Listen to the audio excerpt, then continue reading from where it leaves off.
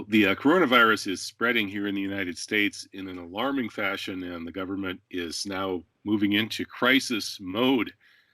Nearly 15,000 people have been tested positive as of today, Friday, and it's increasing exponentially. So the question becomes, what went wrong? The U.S. had plenty of warning on this. The Chinese figured out it was a problem back in January, and at that point, measures could have been taken that would have kept the problem very, very small, and that didn't happen.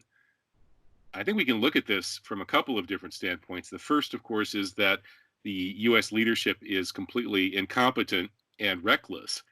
And from the incompetent standpoint, clearly Trump has been completely at a loss trying to politicize this thing and blame China without taking the kinds of measures that would protect the American people.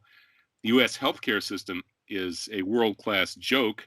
We're the only advanced industrial country that doesn't have some form of universal health coverage. So nobody in the United States, except for a handful of rich and very well-insured people, is in a position to easily go and get a coronavirus test. And there aren't any test kits. For some reason, despite the problem being evident in January, no test kits were made for the United States.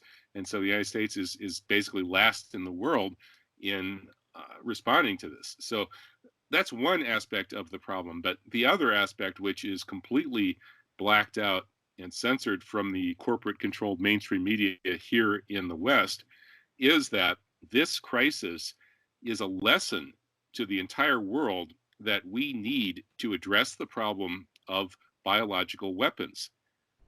This may or may not be a deliberate biological weapon attack. It may or may not be an accidental release of a biological weapon. There are strong arguments for both possibilities, and I think the arguments for it being a deliberate release as an attack on China by the United States to try to use this hybrid fifth generation warfare and economic warfare to prevent China from overtaking the United States as the world's leading power. Previous similar attacks on China using SARS and bird flu and so on and so forth have been ongoing for years. And when SARS was used against China by the United States, it didn't spread from China. And it's very likely that the same people who did that once again hit China with this COVID-19 virus as part of Trump's ramped up economic fifth generation hybrid war on China.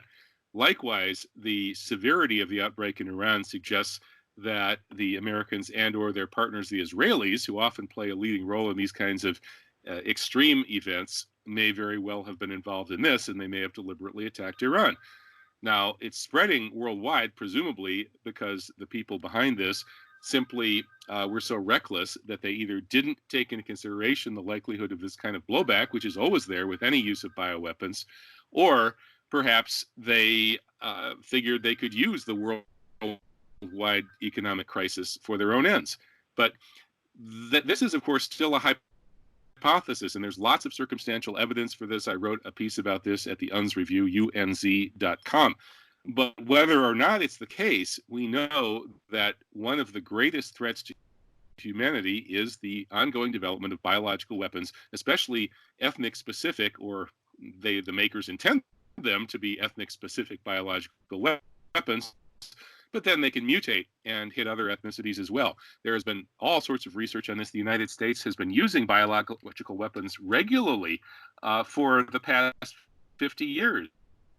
It dropped hundreds of thousands of germ bombs with cholera and plague on Pyongyang alone during the Korean War, and hundreds of thousands or even millions elsewhere all over China and Korea. And this is explained in the book, This Must Be the Place by Dave Chaddock. The U.S. also attacked its own Congress in 2001.